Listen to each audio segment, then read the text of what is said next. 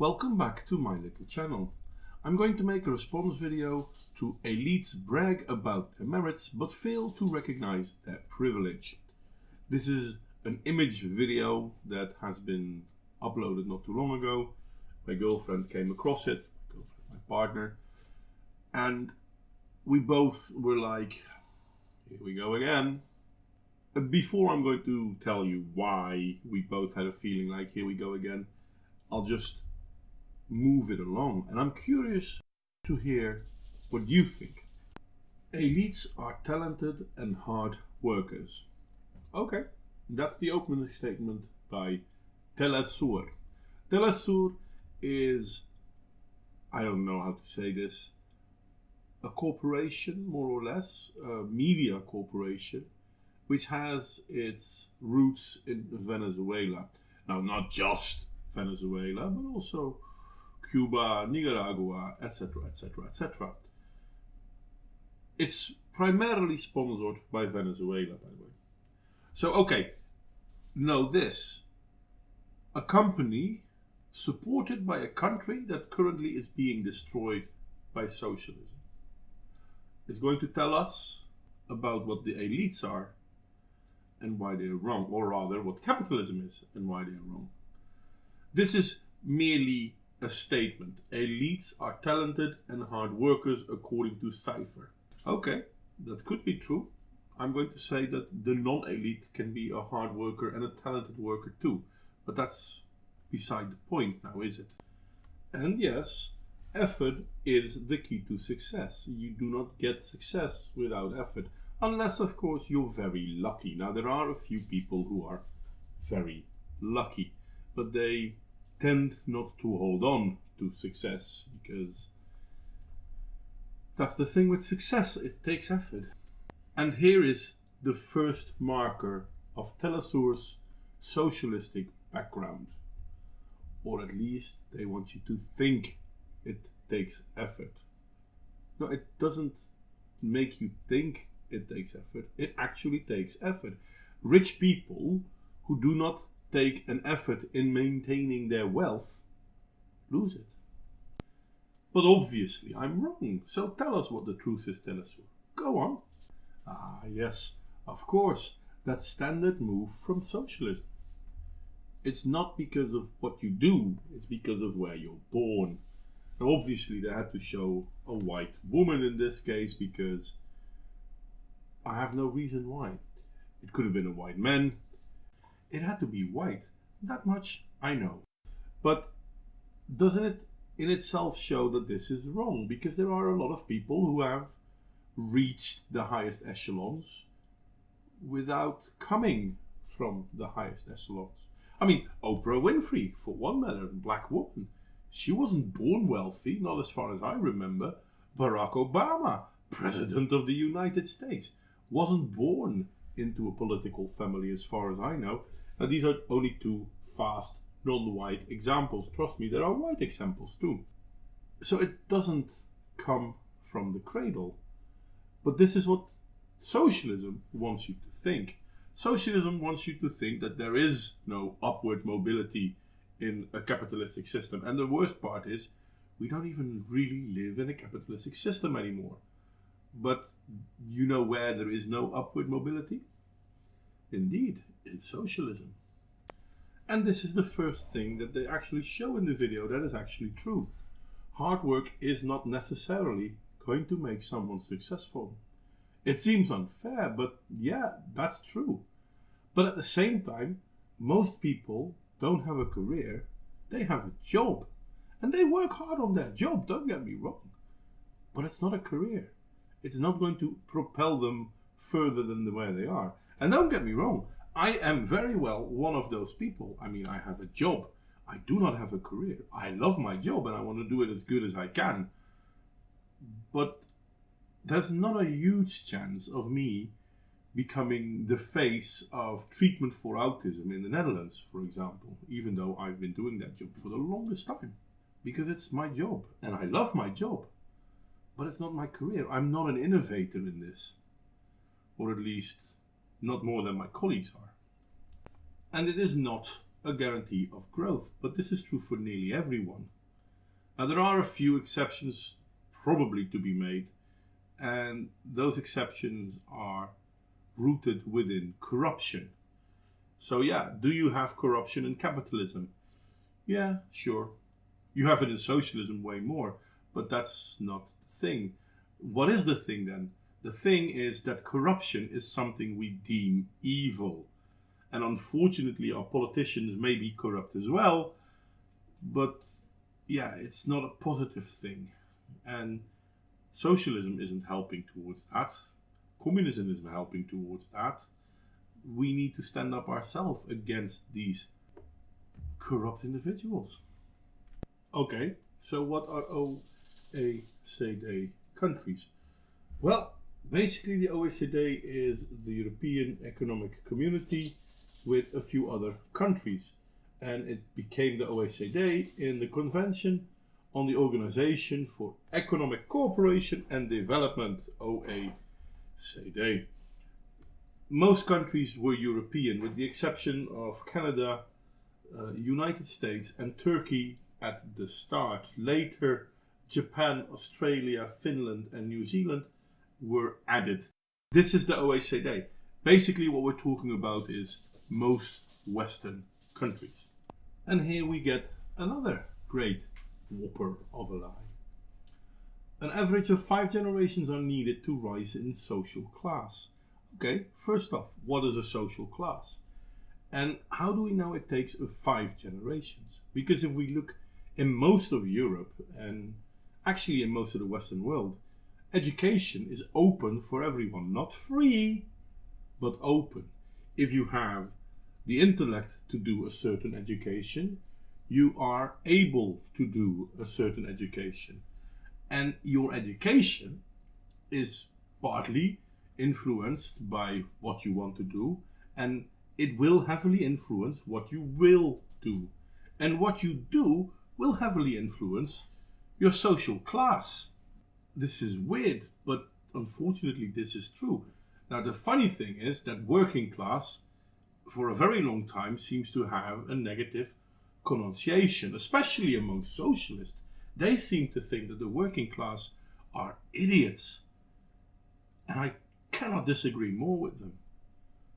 Because, as I said earlier, more than 90% of the Western world is working class. We call some of them middle class. I mean, I'm still a worker. I still earn my pay. But I am, at the same time, financially speaking, middle class. But I'm still a worker. And no, a lot of people at the bottom of the pyramid have been able to ascend. It's not a few. Most actually have ascended. That's the thing with capitalism. It rises us all up. But yes, due to corporatism in certain Western countries, we've seen the reintroduction of the absolute poor. And the funny thing is that an absolute poor in the Western society is still far, far richer than a middle class person in the third world. But let's not mention that. And I'm 100% sure that if we're going to give the absolute poor in the West a chance to live in the West, or in, let's say, Venezuela or Cuba, most of them would rather prefer to stay in the West, because there at least they have house and opportunity. But that's the thing. No one cares about reality when they push shit like this. Because not a few people at the social bottom or the social pyramid have been able to ascend. Most of us have been able to ascend. But if the bottom is 0 and everyone takes a first step to 1, the bottom becomes 1 and not 0. Because everyone that was on 0 no longer is. And yes, what I'm willing to believe that the very rich, the ones that profit from corruption, have remained their great fortunes. There are a lot of rich people that lost their great fortunes. That's the thing with capitalism. You don't hold on to it. You have to keep moving. And this is where we come back to what you said in the beginning. It is merit-based. if you do not work to maintain your fortune, you will lose it. And whether we like it or not, the elite believe that success is a result of their effort, which is true. If we look at Obama, he became the president, but he doesn't come from a long line of presidents. So he got there based on his effort and his merit. Whether I like him as a president or not has nothing to do with it. And here we have another big whopper of a lie. Because no, not in most cases, socioeconomic level, family context and relationship create the success one needs. School will have an influence because that's true for everyone. We need more than just friends in the right places. Now this might be true for the very highest of the top, but this is only true in a corporatist system, because in a capitalist system you are valued on your merit. You don't give the best position to your nephew just because he's your nephew. If he can't do the job, you don't give him the job. Now in a corporate system, yeah, sure, you can give the job to your nephew because the system is corrupt anyway, so let him fuck around because nobody cares. That's the difference between a merit-based system and a corruption-based system. In a merit-based system, yeah, you might be someone's nephew or even someone's son, but you still have to know what you're doing or you're not going to be on that position. And this is where projection comes in. The elites commonly benefit from being given the best jobs, education, grants, politics, and other opportunities that are not given to those who come from other social classes. No, this is true in corrupt systems. This is true for corporatism. This is true for socialism. This is true for communism. Look at North Korea. Look at Venezuela. Look at, for example, South Africa, where in, I think, Johannesburg, they have a problem with water refinery because they gave the jobs to the people they like better, not to the people who could actually do the jobs. This is a corruption problem. This is not a capitalism problem. And in all fairness, if you have the schooling, you can create a better standing. And that's the whole thing. That's what capitalism brings. You can create a better future for yourself and your children based on your merit. But you can't if you're being prevented from doing so, which is what happens in, again, socialism and corrupt states. The elite's idea about meritocracy leads people to consider that the poor are poor because they are lazy and don't take advantage of the opportunities. Yeah, well, that is a gross oversimplification. Now, it is true that some poor people are poor because they do not take the chances they were given for whatever reason. It could be because the chances came at the wrong time because of social pressure or familiar pressure at the time. It could be because they are simply happy where they are. Don't get me wrong, there are people who live poor lives and are very content with their lot in life. Not everyone has it in them to become the CEO of a multi-million-dollar company. Again, most people do not have a career. Most people simply have a job. And some people cannot even hold down a job for whatever reason. This could be physical, this could be mental. There are a plethora of reasons. Just because they don't want to is a gross oversimplification. But that's what socialism brings. And as usual, this is what all socialistic propaganda leads to. Modern day capitalism is almost impossible to rise in social class while the rich and the elites continue to enrich themselves with all their privileges, leaving only crumbs for the rest of the people. Now, this is the thing that pisses me off the most. First off, there is capitalism. There is no modern capitalism. What we are calling capitalism now isn't really capitalism. We're more in a plutocratic society. And it is almost impossible to rise in social class. Yeah, that's blatantly not true. While the rich continue to enrich themselves with their privilege, well, the rich enrich themselves with their money. Fair enough. I wouldn't call it privilege, but maybe money is privilege. I made that point in a previous video some time ago. Leaving only crumbs for the rest of the people. This is bullshit. Because let's be honest, everyone watching this video isn't automatically part of the 1%. But they're wealthy enough to have a computer or a telephone that has internet. And most people in the Western world have a television or heating or a refrigerator or a washing machine. All these things are wealth. But somehow it doesn't count towards the wealth of the West. Now, there are countries where people do not have this wealth. That is true. These countries are not Western countries on average. I mean, there are a few poor people in the West, but nearly all people in the West have access to a mobile phone, have access to computers, have access to the internet. I'm sorry, but that's what a capitalistic poor person is. How many people in Venezuela have access to these things? And I'm not even talking about healthcare. I mean, but healthcare is free in Cuba. Yeah, I know. But if I have a hangnail in Cuba, I'm in a pretty dire straits. If I have a hangnail in the West, not a big deal. And yes, I know there are plenty of things in the West that can be made better, can be improved upon.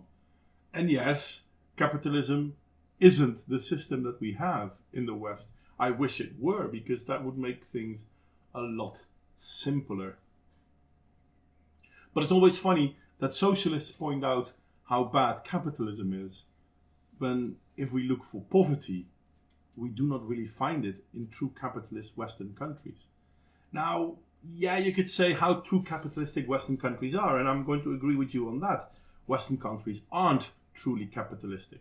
They're mostly corporatistic. Corporates basically control our politics, or it's how the Greeks would call it, a plutocracy. But if it were a pure capitalist system, how good would it be then? In all fairness, we don't know. We have social influences in our capitalistic systems. Does that mean that we live in socialist Western countries? No, because there's a huge difference between socialist, Venezuela, Cuba, etc., and social. Social is a choice. Socialist is not a choice. Now, people will say, yeah, but that there is socialist democracies. Yeah, no, because as soon as the socialists gain power through democracy, that country is no longer a democracy. Again, look at Venezuela. I mean, Chavez got in power because he got voted in. Maduro got in power because he got voted in. Do you think any of the people in Venezuela that do not support these people, that are being killed or being sent to jail because they do not support Chavez or Maduro, are democratically electing their next president? No, of course not. That's the thing, though. TeleSur is financed by the greatest minds in Venezuela. Of course they're going to talk about how great socialism is and how bad capitalism is. That's the only propaganda they have. As soon as people stop believing in that, they lose their power. And they need their power to consolidate their base. Once it's consolidated, the people of Venezuela start dying. That's where we are now. Had we stopped this 10 years ago, we would not have been here now. And then there are people in America screaming for socialism. Stop it now, or reap the consequences. America is not nearly as rich as Venezuela used to be. Yeah, but America is far richer. No, America is far larger. That's not the same thing. Anyway, like, share and subscribe if you feel so inclined, and I hope to see you all next time.